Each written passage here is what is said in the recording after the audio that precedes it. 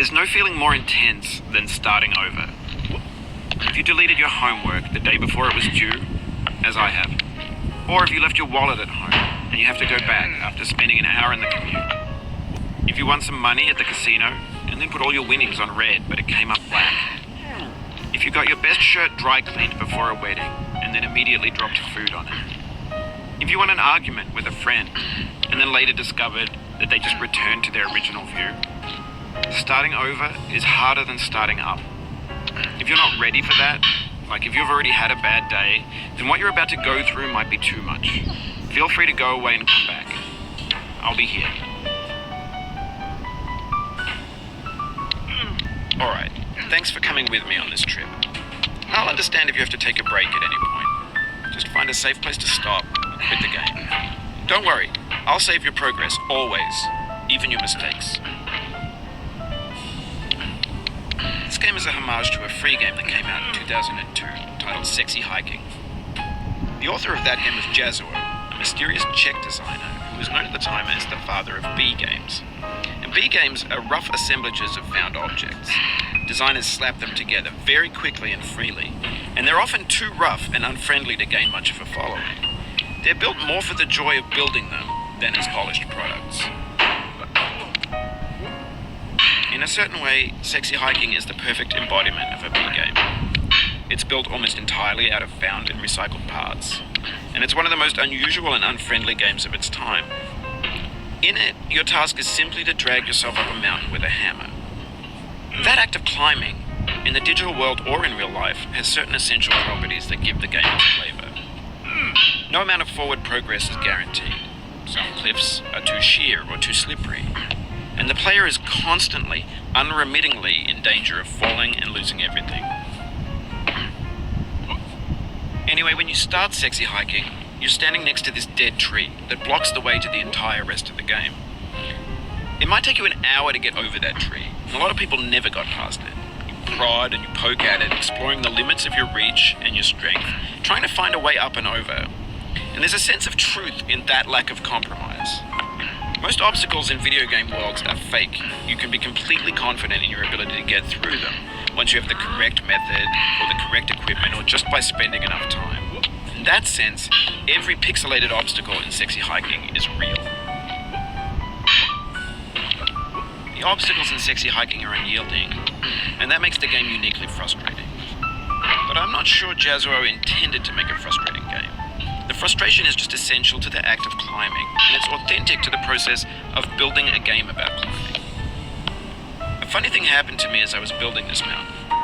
I'd have an idea for a new obstacle, and I'd build it, test it, and it would usually turn out to be unreasonably hard. But I couldn't bring myself to make it easier. It already felt like my inability to get past a new obstacle was my fault as a player rather than as a builder.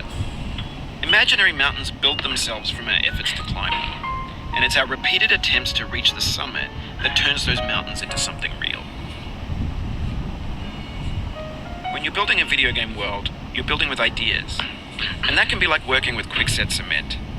You mold your ideas into a certain shape that can be played with, and in the process of playing with them, they begin to harden and set until they're immutable, like rock. And at that point, you can't change the world. Not without breaking it into pieces and starting fresh with new ideas. For years now, people have been predicting that games would soon be made out of prefabricated objects, bought in a store and assembled into a world. And for the most part, that hasn't happened, because the objects in the stores are trash. I don't mean they look bad or that they're badly made, although a lot of them are. I mean they're trash in the way that food becomes trash as soon as you put it in the sink. Things are made to be consumed and used in a certain context, and once the moment is gone, they transform into garbage. In the context of technology, those moments pass by in seconds. Over time, we've poured more and more refuse into this vast digital landfill that we call the internet. It now vastly outnumbers and outweighs the things that are fresh and untainted and unused. When everything around us is cultural trash, trash becomes the new medium, the lingua franca of the digital age. You can build culture out of trash, but only trash culture. B games, B movies, B music, B philosophy. Maybe this is what digital culture is. There's 3D models of breakfast, Gen X's fanfic novels, scan magazines, green screen Shia LaBeouf, banned stuff scenes on LiveLeak. Facebook's got lifelike bots with unbranded adverts and candid shots of Kanye and Taylor Swift mashups, car crash epic failed GIFs, Russian dashcam vids, discussions of McRibs, discarded, forgotten, unrecycled, muddled, rotten, untitled.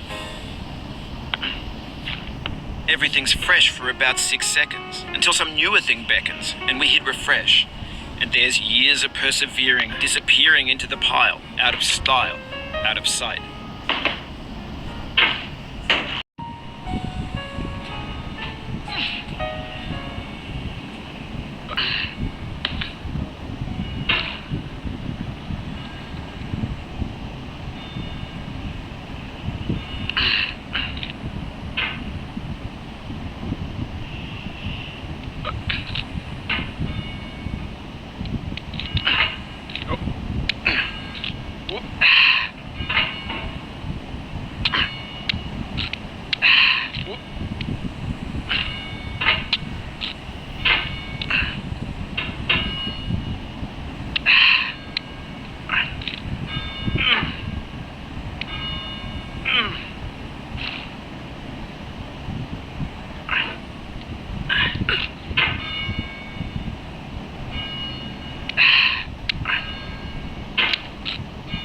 It feels like we're closer now, composer and climber, designer and user. You could have refused, but you didn't. There was something in you that was hidden, that chose to continue.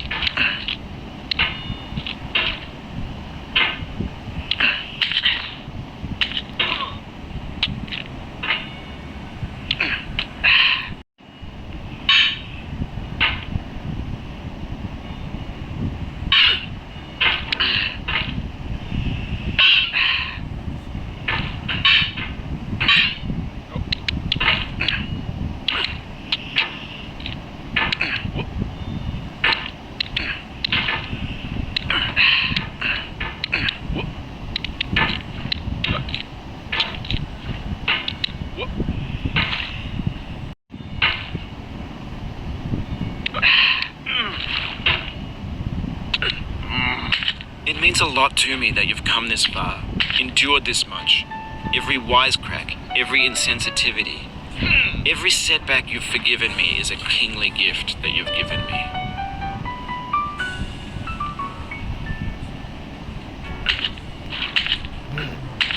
Oh, you just...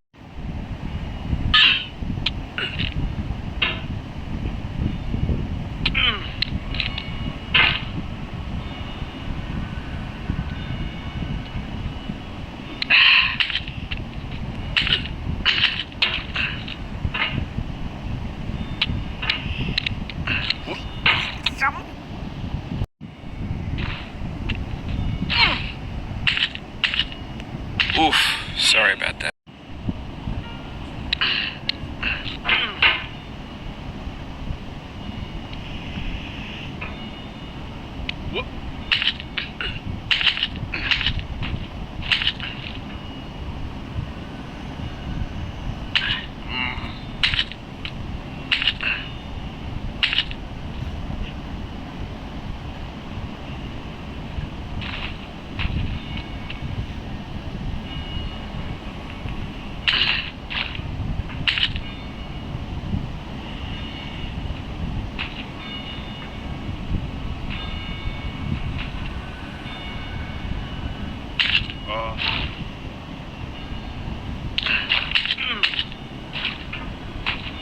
We have the same taste, you and I. It's not ambition, it's ambition's opposite. An obdurate mission to taste defeat. You'll feel bad if you win, so I put this snake in for you.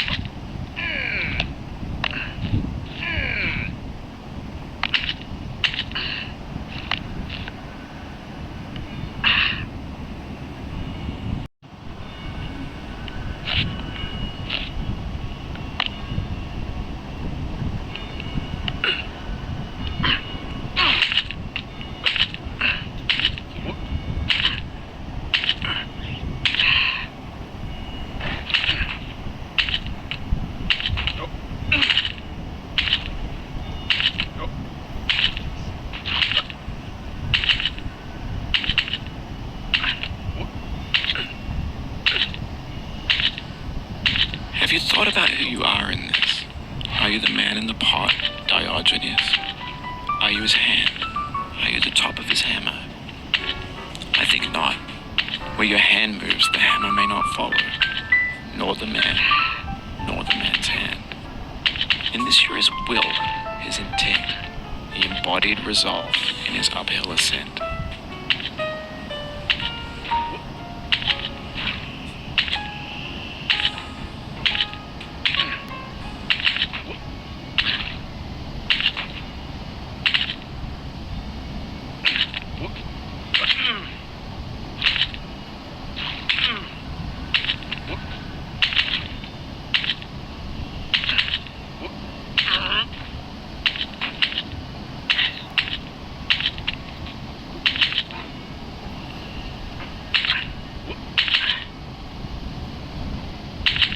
The first time you got here, you thought you were safe.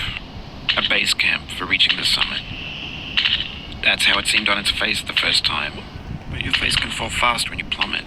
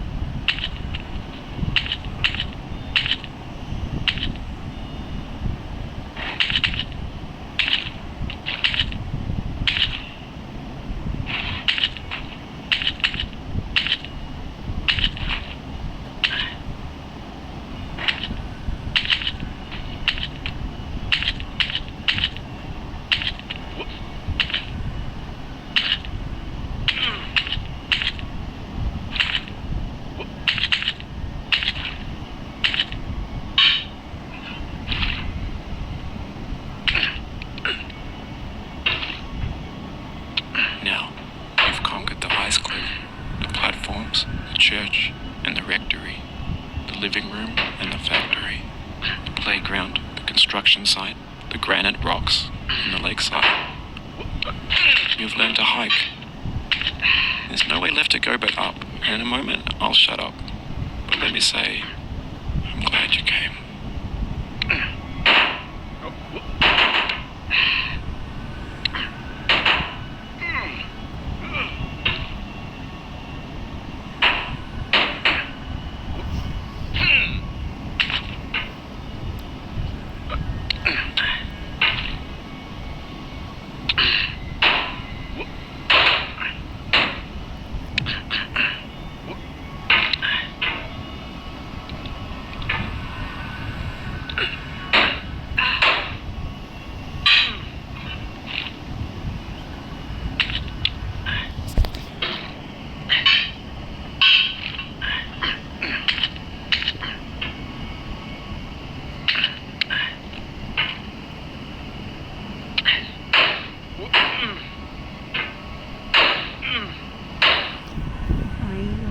The soul would have no rainbow, had the eyes no tears. John Vance Cheney.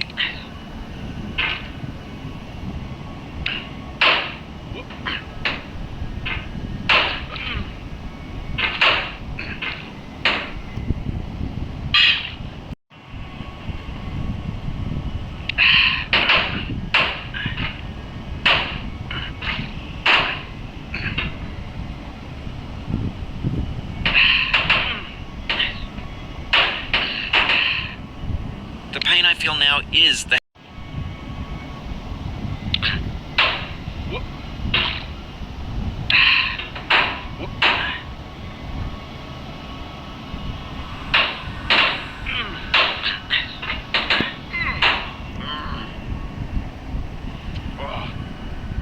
I dedicate this game to you, the one who came this far. I give it to you with all